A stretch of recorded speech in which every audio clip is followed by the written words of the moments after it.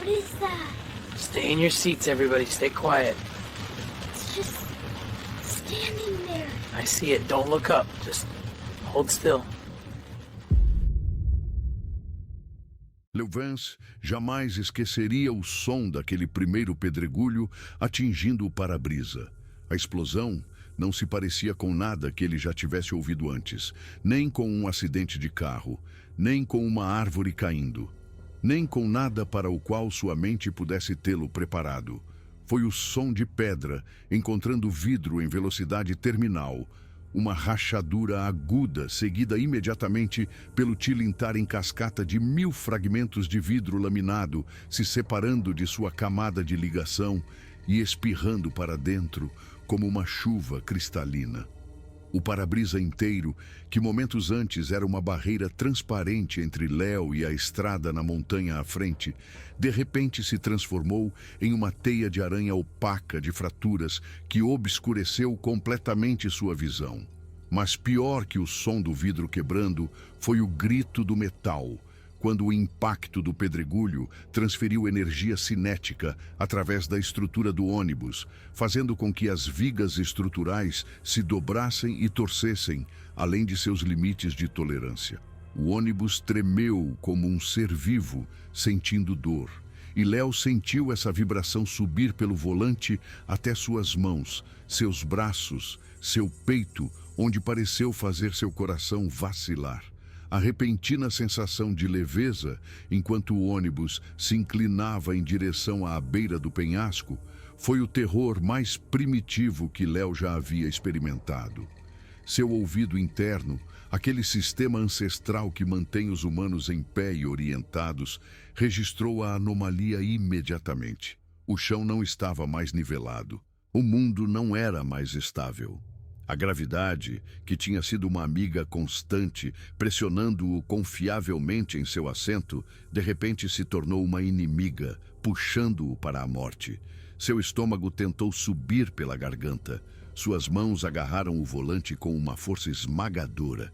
Os nós dos dedos brancos, os tendões saltando como cabos de aço sob a pele. Ele tentou corrigir, tentou virar para a esquerda, tentou fazer alguma coisa, qualquer coisa, mas o ônibus não estava respondendo como deveria. Algo fundamental na ligação mecânica entre o volante e as rodas dianteiras havia sido danificado ou destruído, e seus comandos produziam apenas respostas lentas e inadequadas. Ele jamais esqueceria o rosto que viu no cume acima. Por apenas um instante, contra a luz do sol da tarde que começava sua descida em direção aos picos do oeste, uma silhueta se tornou visível. Algo que o cérebro de Léo inicialmente se recusou a processar. Era grande demais para ser um urso em pé, largo demais para ser um humano, mesmo considerando roupas pesadas de inverno, e sua postura era proposital demais para ser um toco de árvore, uma sombra ou qualquer uma das outras explicações racionais que sua mente freneticamente oferecia.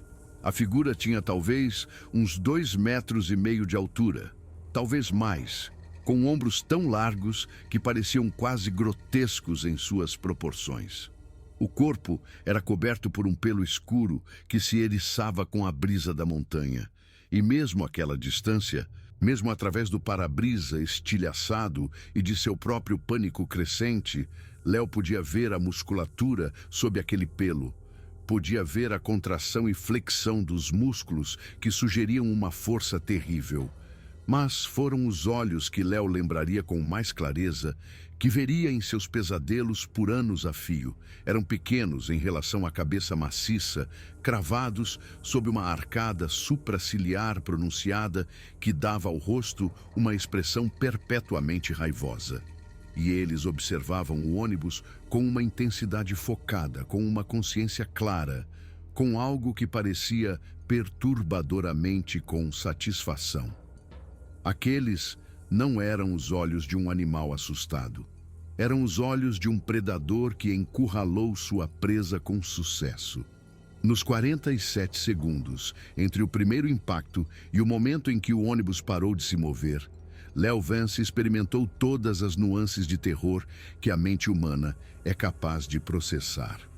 Houve o choque inicial, aquela fração de segundo em que o cérebro ainda não alcançou o que os sentidos estão relatando, quando a realidade parece pausar e oferecer um último momento de inocência antes que tudo mude. Houve o reconhecimento, a horrível clareza de entender o que estava acontecendo e o que significava.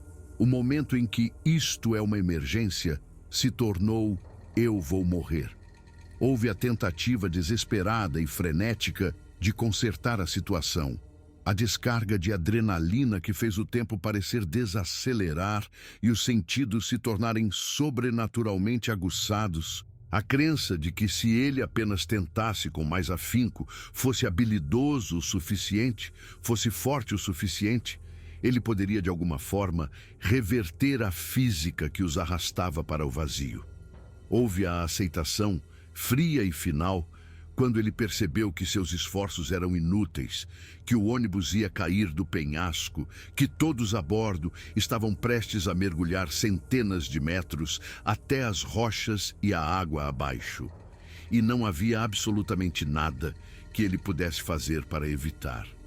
E, finalmente, de forma impossível, houve a brasa tênue de esperança que piscou quando o ônibus parou, quando as rodas traseiras se prenderam em algo e seguraram, quando a morte recuou apenas o suficiente para fazer a sobrevivência parecer possível novamente. A criatura que atirou aqueles pedregulhos não estava mais se escondendo. Léo entendeu isso com certeza absoluta, embora não pudesse explicar como sabia. Existem instintos enterrados profundamente no cérebro humano, resquícios de quando nossos ancestrais eram presas que tinham que interpretar as intenções dos predadores através de sinais sutis de postura e movimento. Esses instintos gritavam para Léo agora, enchendo-o com o conhecimento de que o ataque foi deliberado, proposital, pessoal. A criatura escolheu se revelar.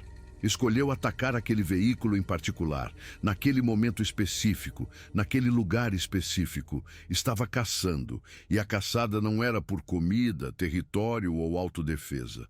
A caçada era sobre domínio, eliminação e o envio de uma mensagem escrita com violência e terror. E quando o ônibus finalmente parou, com as rodas dianteiras suspensas sobre uma queda de 500 pés no Whispering Gorge, suspenso em um equilíbrio impossível que não poderia durar mais do que alguns minutos, Léo percebeu com uma certeza fria que as rochas caindo não eram o fim de seu pesadelo. Eram apenas o começo. A criatura ainda estava lá no cume acima deles, ainda observando, ainda no controle da situação. Tinha o terreno elevado, o elemento surpresa, uma força física esmagadora e a vantagem de estar em casa. Os humanos estavam presos em uma caixa de metal que mal se agarrava à terra, feridos, aterrorizados e indefesos.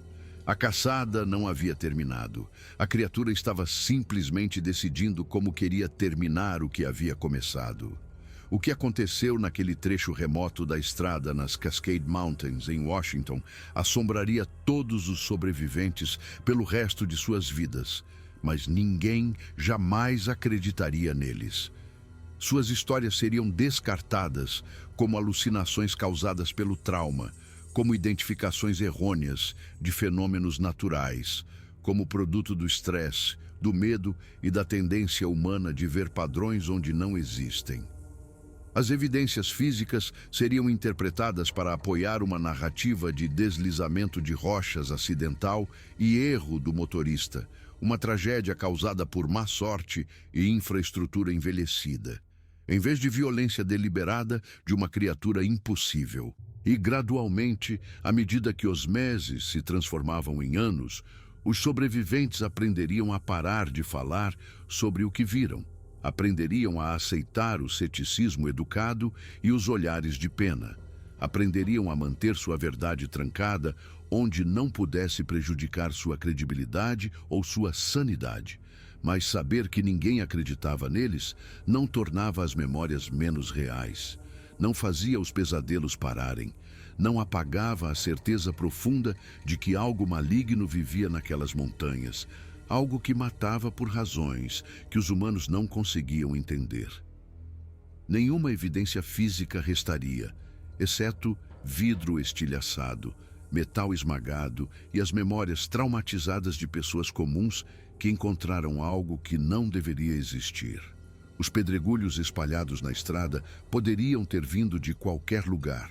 Não eram incomuns em uma área onde deslizamentos de rochas aconteciam regularmente. Os danos ao ônibus poderiam ser explicados pelo impacto e pela queda subsequente, não exigindo nenhum agente sobrenatural para justificar o padrão de destruição. As fotografias de Elias Croft, que deveriam ter sido a prova irrefutável, seriam corrompidas a ponto de não poderem ser recuperadas. Os arquivos digitais mostrando nada além de estática onde a criatura deveria estar. E a própria floresta guardaria seus segredos, não mostraria pegadas, nem fezes, nem amostras de pelo, nenhuma evidência de DNA que os cientistas pudessem analisar e confirmar. A criatura simplesmente desapareceria de volta na natureza selvagem, de onde emergiu, deixando para trás apenas perguntas que não tinham respostas aceitáveis.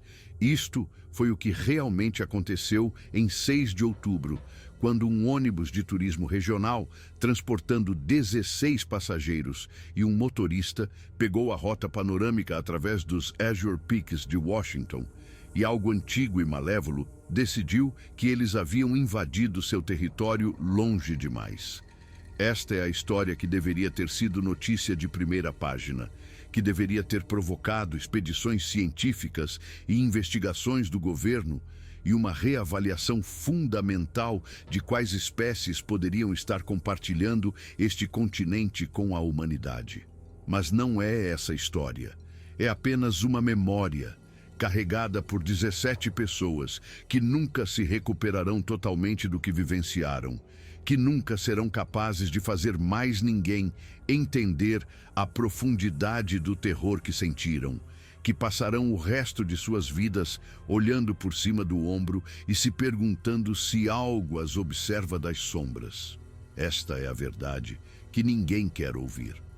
Foi isso que aconteceu quando Leo Vance dirigiu seu ônibus para o lugar errado na hora errada e um monstro decidiu matá-los todos. Leo Vance dirigia ônibus de turismo pelas regiões montanhosas de Washington e Oregon há mais de uma década, e nesse tempo acumulara mais conhecimento sobre essas paisagens do que a maioria dos residentes de longa data. Aos 44 anos, ele havia registrado quase 800 mil quilômetros em estradas de montanha, navegado por nevascas, tempestades e ventos fortes o suficiente para empurrar um veículo de lado, lidado com deslizamentos de rochas, desmoronamentos e estradas que pareciam se esfarelar sob seus pneus. Ele tinha visto todo tipo de passageiro imaginável, de aposentados ricos gastando a herança de seus filhos em aventuras de lista de desejos, a jovens mochileiros tentando conhecer o noroeste do Pacífico com um orçamento apertado. Ele se orgulhava de nunca ter tido um único acidente em seu histórico, nem mesmo uma pequena batida em um estacionamento. Seu histórico de segurança era impecável, uma fonte de orgulho profissional que ele guardava com ciúmes. Leo era um homem grande, com 1,85 m de altura, ombros largos que preenchiam sua camisa de uniforme e mãos calejadas que carregavam as marcas do trabalho físico. Antes de se tornar motorista de ônibus de turismo, ele havia trabalhado na extração de madeira por 7 anos, uma profissão que lhe ensinou o respeito tanto pelo poder da natureza quanto pela fragilidade da vida humana.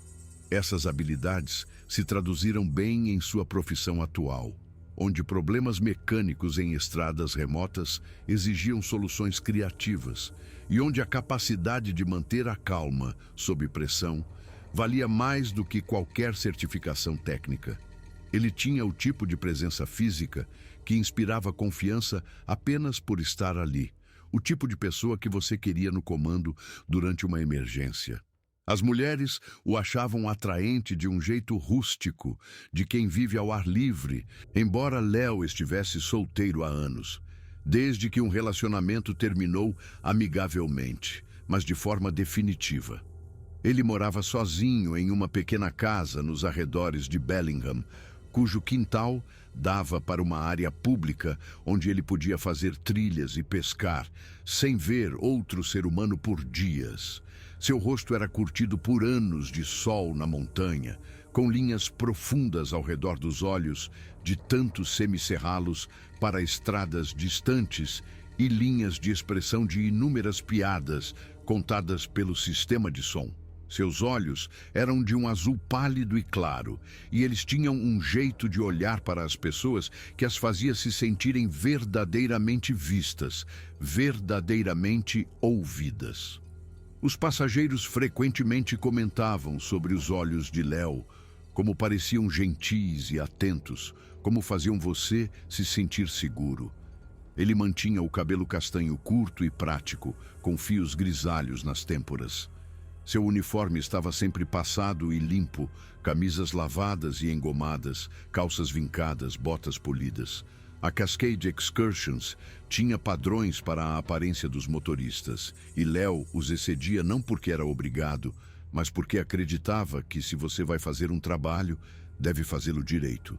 O logotipo da empresa no bolso de sua camisa era bordado em fio verde e prata, mostrando um pico de montanha estilizado com um rio fluindo dele. Ele usava o logotipo com orgulho, sentindo que representava não apenas seu empregador, mas toda a indústria do turismo de montanha, uma indústria que dependia de confiança, reputação e da promessa de que as aventuras seriam emocionantes, mas seguras. Léo se orgulhava de seu trabalho, porque entendia que, quando as pessoas embarcavam em seu ônibus, estavam confiando suas vidas a ele. Isso não era uma metáfora ou exagero. Cada vez que ele girava a chave e ligava o motor, cada vez que navegava por uma curva estreita com um penhasco de um lado e um precipício do outro, cada vez que checava seus espelhos e observava a estrada à frente, as pessoas dependiam de sua habilidade e julgamento para mantê-las vivas. Ele carregava um catálogo mental de cada quase acidente que já havia experimentado, cada vez que algo poderia ter dado errado, mas não deu, e ele revisava esses incidentes regularmente como uma forma de meditação profissional. As montanhas eram o local de trabalho de Léo, mas também seu santuário, o lugar onde ele se sentia mais ele mesmo. Ele amava o jeito como a luz do sol se filtrava pelas florestas de abetos de Douglas, o jeito como a neve brilhava nos picos distantes, o jeito como os vales cheios de névoa matinal pareciam algo de uma pintura de fantasia. Ele acreditava que as montanhas tinham propriedades curativas, que passar tempo na natureza tornava as pessoas versões melhores de si mesmas, mais humildes, mais gratas e mais conectadas a algo maior do que suas preocupações cotidianas. Ele se considerava privilegiado por fazer parte dessa experiência transformadora. A excursão que ele estava fazendo naquele outubro era um pacote de 7 dias chamado Cascade Wilderness Explorer, que levava turistas de Seattle através de algumas das paisagens mais remotas e belas do noroeste americano. O itinerário incluía paradas em locais históricos, mirantes panorâmicos, pequenas cidades de montanha e locais de acampamento onde os passageiros podiam experimentar a natureza selvagem autêntica. Léo havia feito essa rota exata 37 vezes nos últimos 5 anos. Ele conhecia cada curva, cada marco quilométrico, cada ponto onde ursos negros poderiam estar forrageando no início da manhã. A estrada não guardava mistérios para ele, ou assim ele acreditava. Os 16 passageiros desta excursão em particular eram uma mistura típica. Havia um casal de idosos do Arizona, Arthur e Clara Finch, ambos na casa dos 70, que haviam economizado por anos para fazer esta viagem. Eles se sentaram nos assentos da frente, logo atrás de Léo. Arthur era magro e careca, com óculos grossos que ampliavam seus olhos, fazendo-o parecer perpetuamente surpreso. Ele fazia perguntas intermináveis. Sua curiosidade era a marca de alguém que ainda achava o mundo interessante depois de mais de 70 anos. Clara era agradavelmente redonda, com cabelos prateados que mantinha em um coque arrumado. Ela tricotava constantemente, suas agulhas estalando em um ritmo que Léo achava calmante, e ela tinha o dom de deixar as pessoas à vontade. Arthur e Clara andavam de mãos dadas constantemente, seus dedos entrelaçados com a facilidade inconsciente de pessoas que estavam juntas há 50 anos. Atrás deles, sentavam-se duas irmãs de meia-idade de Chicago, Eleanor e Bridget Keller, que estavam fazendo a viagem para comemorar o divórcio de Eleanor. Eleanor era a mais velha, com 51 anos, alta e angular, com um humor afiado e uma tendência ao sarcasmo que mascarava o que Léo suspeitava ser uma dor profunda. Bridget era 4 anos mais nova e bem diferente, mais baixa e mais redonda, com uma risada alta e contagiante. As irmãs discutiam constantemente, mas com afeto óbvio. Sua dinâmica era uma performance bem ensaiada de lealdade fraternal. Havia um jovem casal em lua de mel, Nathan e Olivia Reed, ambos com 26 anos, ambos tão óbvia e completamente apaixonados que era quase doloroso de se ver. Nathan era atlético e amante da natureza, um professor de ciências do ensino fundamental que falava sobre seus alunos com entusiasmo genuíno. Olivia era pequena, com longos cabelos ruivos, uma artista que carregava um caderno de esboços para todos os lugares, constantemente desenhando estudos rápidos de árvores, montanhas ou formações de nuvens interessantes. Eles estavam casados há exatamente 17 dias, quando a excursão começou, e tratavam cada momento como uma aventura a ser saboreada. 3 estudantes universitários de Portland ocupavam os assentos traseiros, fazendo barulho e tirando selfies sem parar. Kyle era o líder, um garoto alto com uma câmera cara e a confiança casual de alguém que nunca havia passado por dificuldades genuínas. Seus amigos Madison e Ben seguiam sua liderança. Madison havia pintado o cabelo de um azul brilhante que já estava desbotando. E Ben era o mais quieto dos 3, estudando ciências ambientais, mas mostrando surpreendentemente pouco interesse no ambiente real ao seu redor. Eles tratavam a excursão como um pano de fundo para sua presença nas redes sociais, constantemente checando seus celulares até perderem o sinal e então reclamando da falta de conexão. Havia uma mãe solteira viajando com seus 2 filhos, Sarah Jenkins e seus filhos, Lily, de 10 anos, e Noah, de 12. Sarah estava exausta da maneira que mães solteiras costumam estar, com olheiras escuras e o olhar estressado de alguém que está constantemente fazendo cálculos mentais sobre dinheiro e tempo. Ela havia prometido aos filhos que fariam esta viagem, uma promessa feita por seu falecido pai, e estava determinada a dar-lhes boas lembranças, apesar de tudo. Lily era quieta e artística, sempre desenhando em um caderno de esboços, enquanto Noah era enérgico e curioso, fazendo a Léo perguntas intermináveis sobre animais e se eles poderiam ver ursos ou pumas. Um empresário chamado Marcus Thorne estava fazendo a excursão sozinho, usando-a como férias de trabalho. Marcus estava na casa dos 40, CEO de uma startup de tecnologia, e passava a maior parte do tempo em um laptop, mal olhando pelas janelas. Ele usava roupas de negócios casuais, mesmo na natureza, sapatos de couro completamente inadequados para caminhadas, e falava em tons curtos e frustrados durante as poucas ligações que conseguia fazer. 2 professoras aposentadas da Califórnia, Helen e Grace Tanaka, sentavam-se juntas e tricotavam enquanto observavam a paisagem passar. Eram irmãs, ambas na casa dos 60, pequenas e arrumadas, com cortes de cabelo curtos idênticos. Elas tinham o tipo de sincronia que vem de viverem juntas por décadas, terminando as frases uma da outra e se comunicando em uma taquigrafia de olhares e pequenos gestos. Elas falavam baixo, uma com a outra, em japonês ocasionalmente. Sua presença calma era um contraponto relaxante aos passageiros mais barulhentos. Finalmente, havia Elias Croft, um fotógrafo de vida selvagem, na casa dos 50 anos que se juntou à excursão, especificamente porque passava por áreas remotas. Elias era magro e curtido pelo tempo, com olhos azuis intensos que pareciam ver tudo, catalogando detalhes que outras pessoas perdiam. Ele carregava milhares de dólares em equipamentos fotográficos e usava roupas projetadas para ajudá-lo a se misturar aos ambientes naturais. Elias raramente falava, a menos que falassem com ele, mas quando falava, geralmente sobre fotografia ou comportamento animal, ele era articulado e apaixonado. Léo respeitava a experiência de Elias. Havia aprendido mais sobre a vida selvagem com ele em 6 dias do que em anos dirigindo por aquelas montanhas.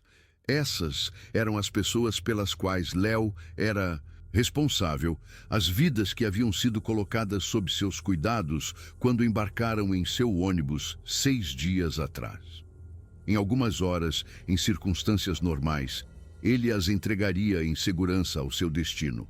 Apertaria mãos, aceitaria gorjetas e ouviria agradecimentos. Eles se dispersariam de volta para suas vidas normais. E Léo teria 3 dias de folga antes de sua próxima excursão. 3 dias que ele havia planejado passar pescando. Era assim que isso deveria terminar. Esse era o plano. Mas planos, Léo aprendera há muito tempo, eram coisas frágeis que se quebravam facilmente quando a realidade tinha outras ideias. A excursão transcorreu sem problemas nos primeiros 6 dias. Na manhã de 6 de outubro, eles levantaram um acampamento perto de Winthrop, uma pequena cidade montanhosa que servia de porta de entrada para as North Cascades. O ar estava fresco e revigorante, carregando aquela qualidade particular das manhãs de alta altitude, onde sua respiração forma uma névoa e a luz do sol parece fraca, mas intensamente brilhante. O céu era de um azul profundo e saturado, prometendo um último dia perfeito. Léo realizou sua inspeção de rotina antes da viagem, uma rotina tão arraigada que ele poderia fazê-la meio adormecido. Tudo estava em ordem. O ônibus estava seguro e pronto. Os passageiros embarcaram com sua conversa matinal habitual de bom humor, falando sobre como sentiriam falta das montanhas. O clima era descontraído, infundido com a camaradagem confortável que se desenvolve quando estranhos passam uma semana juntos. Léo assumiu sua posição no assento do motorista, ajustou seus espelhos e começou seu anúncio final de viagem. Bom dia a todos. Hoje pegaremos uma estrada de serviço florestal, a antiga Timberline Trail, que nos dará algumas vistas espetaculares dos Azure Peaks. Esta é uma rota menos percorrida, o que significa menos veículos e melhores oportunidades para a observação da vida selvagem. A estrada é bem conservada, mas estreita em alguns trechos, então vou devagar e com calma. Devemos chegar à nossa parada para o almoço por volta da 1 e estaremos em Leavenworth às 6. Vamos ter um ótimo último dia. Ele guiou o ônibus para a rodovia, o grande motor a diesel roncando. Na primeira hora, a viagem foi agradável. Por volta do meio da manhã, Léo saiu da rodovia e entrou na Timberline Trail. O asfalto deu lugar imediatamente à terra batida e cascalho, e a estrada começou a subir abruptamente para as montanhas. Esta era a parte cênica da rota, também era remota. O sinal de celular desapareceu quase imediatamente. Eles estavam por conta própria. Por volta das 11h30, Léo notou algo estranho. A floresta havia se calado. Como alguém que passava a maior parte de sua vida profissional em áreas selvagens, Léo havia desenvolvido um instinto para os sons e ritmos normais da natureza. Deveria haver cantos de pássaros, o farfalhar de pequenos animais, o som do vento entre as árvores. Em vez disso, não havia nada. Apenas o ronco do motor do ônibus e o som do cascalho sob os pneus.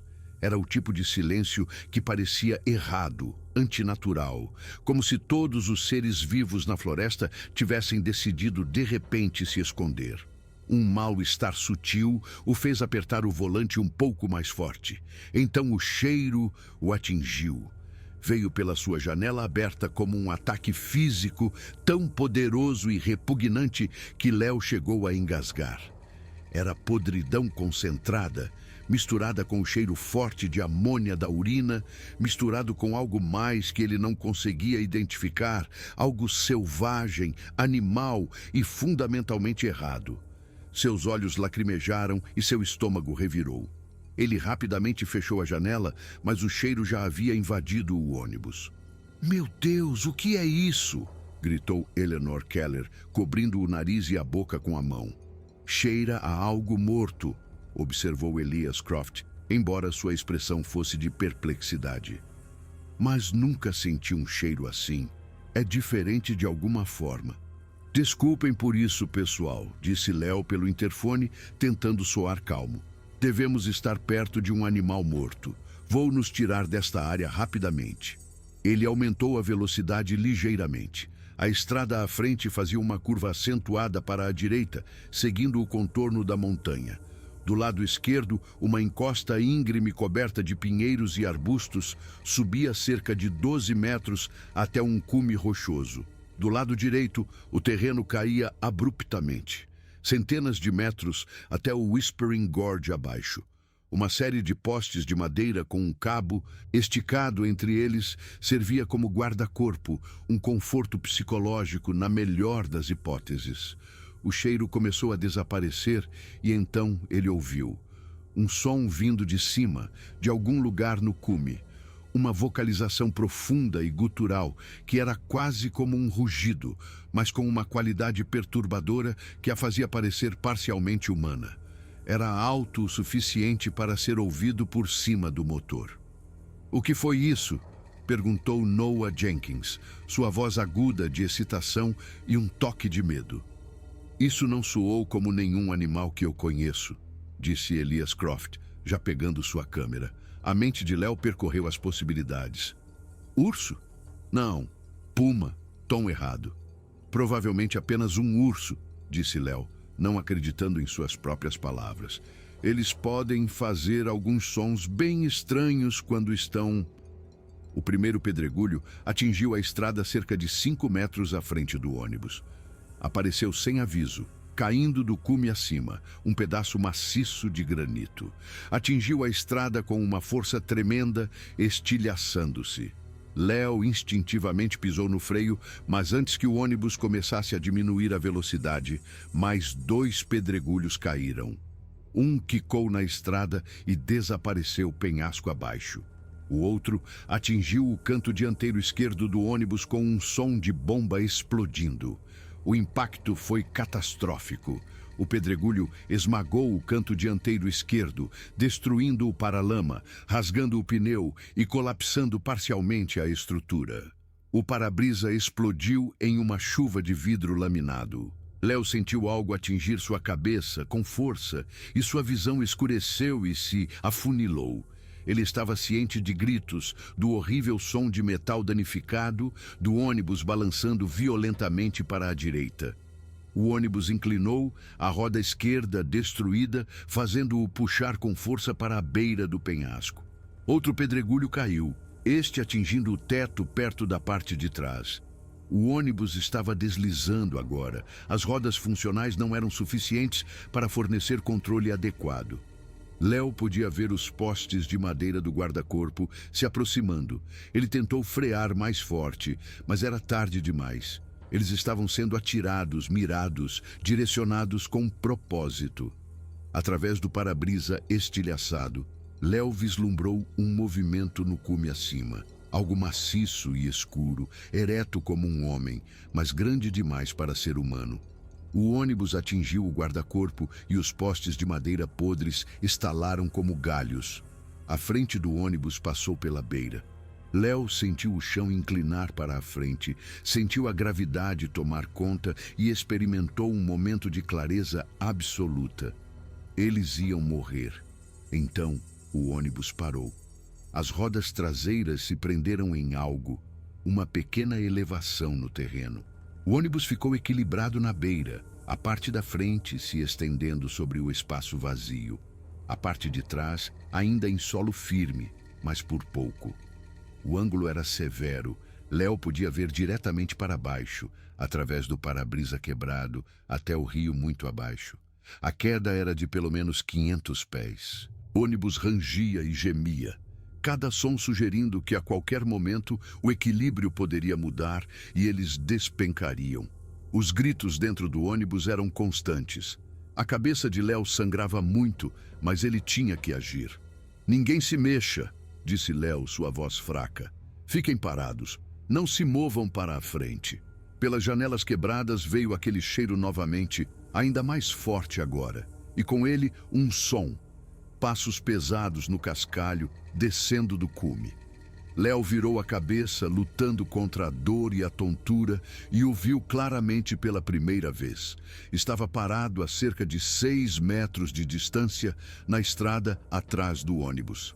A criatura era enorme, talvez com 2,5 metros de altura, coberta por um pelo marrom escuro. Seu corpo era maciçamente construído, com ombros mais largos que os de qualquer humano e braços que passavam dos joelhos. O rosto era a pior parte. Era simiesco, mas errado, com uma arcada supraciliar pronunciada, um nariz chato e uma boca cheia de dentes que pareciam afiados demais. Os olhos eram pequenos e escuros e continham uma inteligência que era puramente predatória. Enquanto Léo observava, congelado de horror, a criatura ergueu outro pedregulho da beira da estrada, um pedaço de granito que devia pesar uns 50 quilos. Ergueu-o com facilidade. Ia atirar o pedregulho no ônibus, ia terminar o que havia começado. "Todo mundo para o fundo!" gritou Léo, finalmente encontrando sua voz. "Vão para o fundo do ônibus agora mesmo! Saída de emergência! Saiam!" Suas palavras romperam a paralisia do medo. As pessoas começaram a se mover, escalando os assentos, empurrando-se para a parte de trás. Kyle já estava na saída de emergência, chutando a porta até que ela se abriu. O movimento súbito fez o ônibus balançar, inclinando-se mais alguns centímetros em direção à queda. A criatura atirou o pedregulho. Ele voou pelo ar com uma precisão mortal, atingindo a lateral do ônibus perto do meio. O impacto amassou a parede de metal, esmagando uma fileira de assentos e fazendo os passageiros caírem. Sarah Jenkins gritou quando o pedregulho passou a centímetros de sua filha Lily. Mas o principal efeito do impacto foi balançar o ônibus violentamente, alterando seu equilíbrio precário. Léo podia sentir acontecendo, podia sentir o processo mecânico inevitável enquanto a distribuição de peso passava do ponto de inflexão. Ele agarrou Arthur Finch, o homem idoso mais próximo dele, e literalmente o jogou em direção à parte de trás do ônibus. Clara estava logo atrás. Eleanor e Bridget Keller estavam ajudando Sarah a tirar seus filhos. Marcus Thorne tinha seu laptop agarrado ao peito, seu rosto em branco de choque. Helen e Grace Tanaka estavam ajudando Olivia Reed, que havia torcido o tornozelo. Elias Croft não estava se movendo em direção à saída. Em vez disso, ele estava em uma janela lateral, com a câmera erguida, fotografando a criatura. Suas mãos estavam notavelmente firmes. Léo queria gritar para ele correr, mas não havia tempo. A criatura se aproximava do ônibus, movendo-se com um andar estranho e balançante. Fez um som, aquela mesma vocalização profunda e gutural, mas mais perto agora, alta o suficiente para que Léo pudesse senti-la vibrar em seu peito. Ele pegou outro pedregulho. Nathan Reed abriu a saída de emergência no teto. Ele começou a puxar as pessoas para cima e para fora. O ônibus inclinou ainda mais. Léo podia ouvir ruídos de rangido por baixo, metal raspando em rocha. Léo empurrou as irmãs Tanaka em direção à saída, depois agarrou Marcus Thorne e o empurrou com força. Apenas um punhado de pessoas restava lá dentro agora. Elias Croft ainda estava na janela. Léo correu em sua direção, agarrou seu colarinho e o arrastou fisicamente para trás. "Você está louco?" gritou Léo. "Mexa-se!" Eles cambalearam juntos em direção à traseira. O ônibus balançou novamente, uma queda nauseante de vários centímetros. Pelas janelas, Léo podia ver que as rodas dianteiras estavam agora completamente sobre a beira. Eles tinham segundos. Outro pedregulho atingiu. Este atingindo a frente do ônibus onde Léo estivera sentado momentos antes. O impacto deu um empurrão final e definitivo.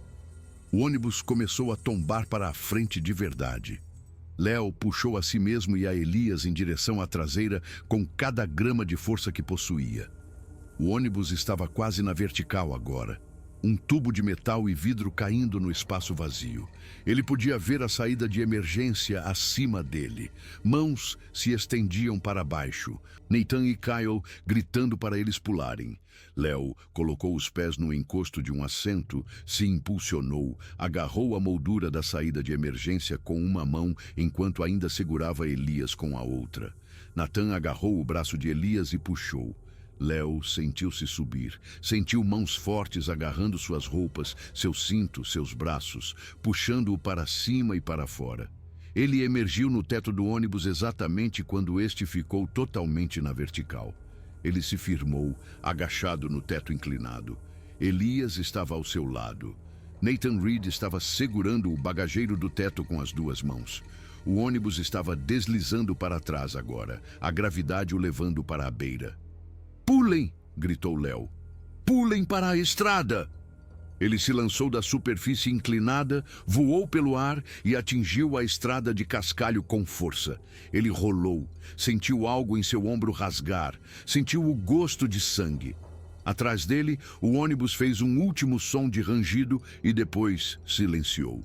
Ele virou a cabeça e observou enquanto o ônibus desaparecia pela beira do penhasco. O som que fez ao atingir o fundo do cânion foi tremendo, uma série em cascata de batidas, vidro quebrando e metal se contorcendo que ecoou pelas paredes de rocha.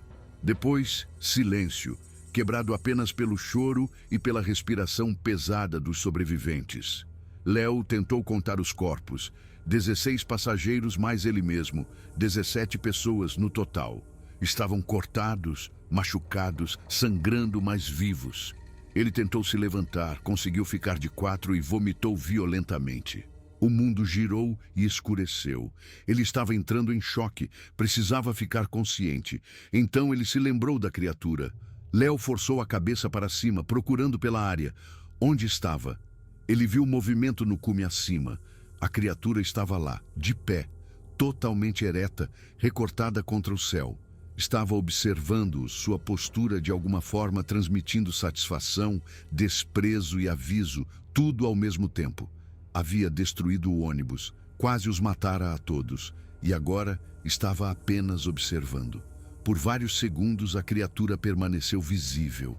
Então ela se virou e caminhou de volta para a floresta, desaparecendo completamente entre as árvores, não deixando nenhum sinal de que já esteve ali, exceto os pedregulhos espalhados pela estrada e o ônibus destruído no fundo do cânion.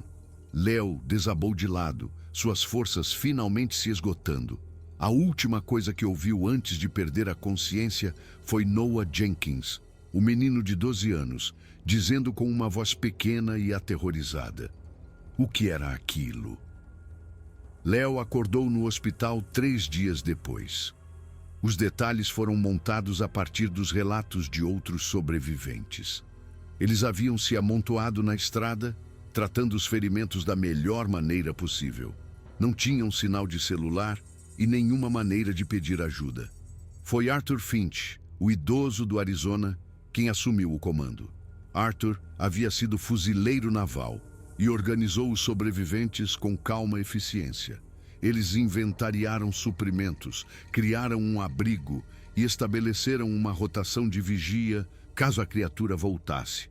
A criatura não retornou, mas eles podiam ouvi-la. Durante a primeira noite, ouviram sons da floresta ao redor, passos pesados circulando sua posição.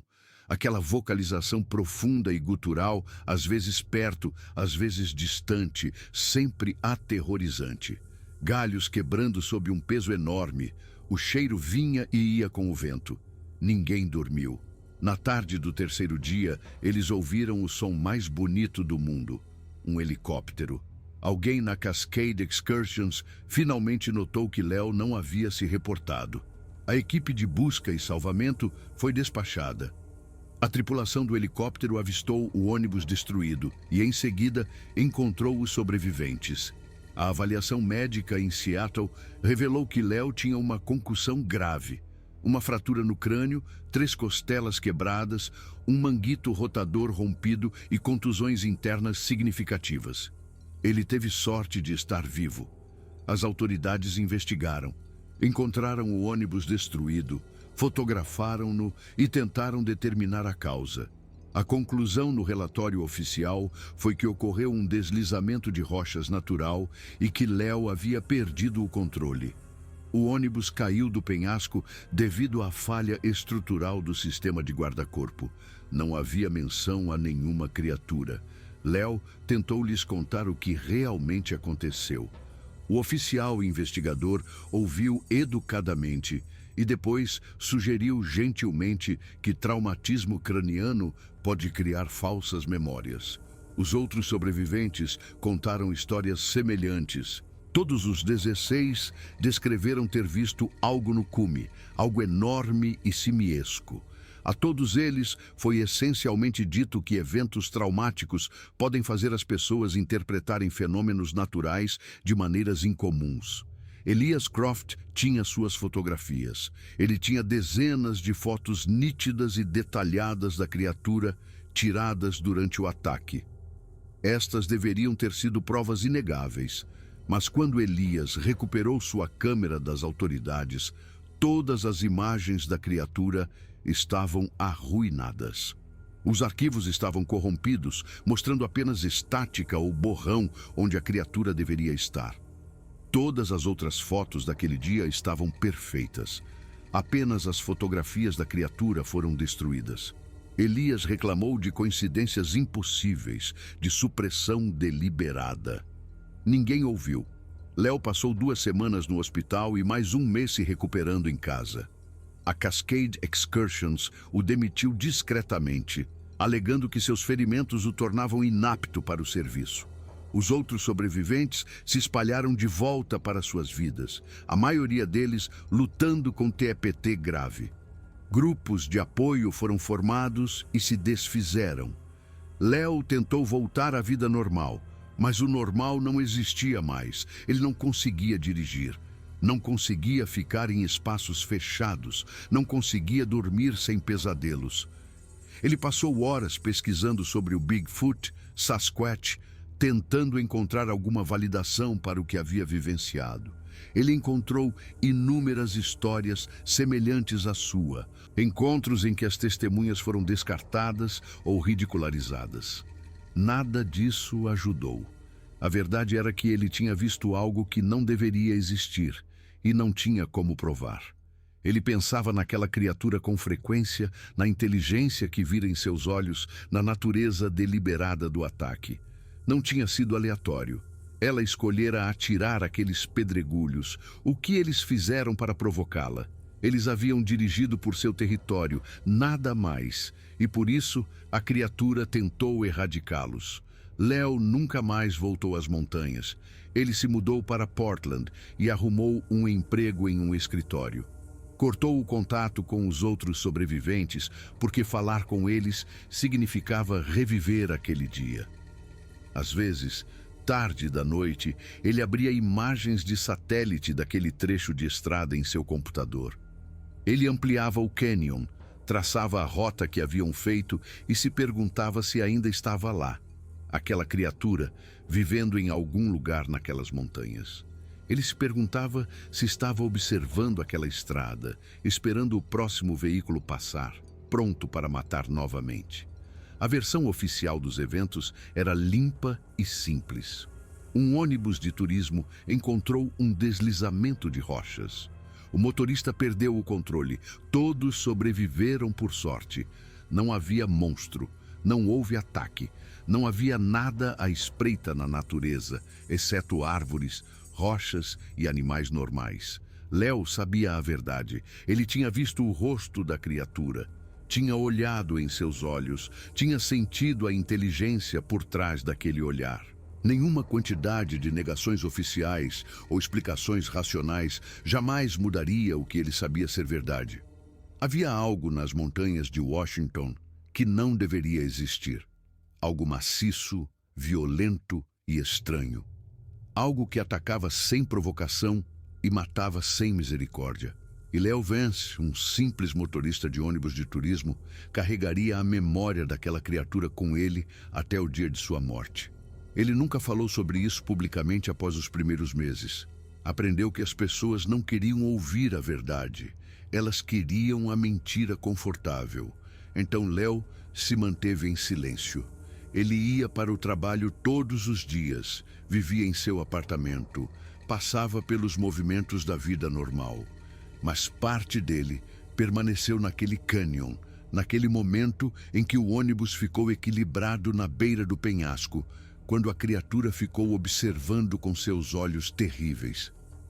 Aquele momento estava congelado em sua memória com uma clareza cristalina, mais real do que qualquer coisa antes ou desde então.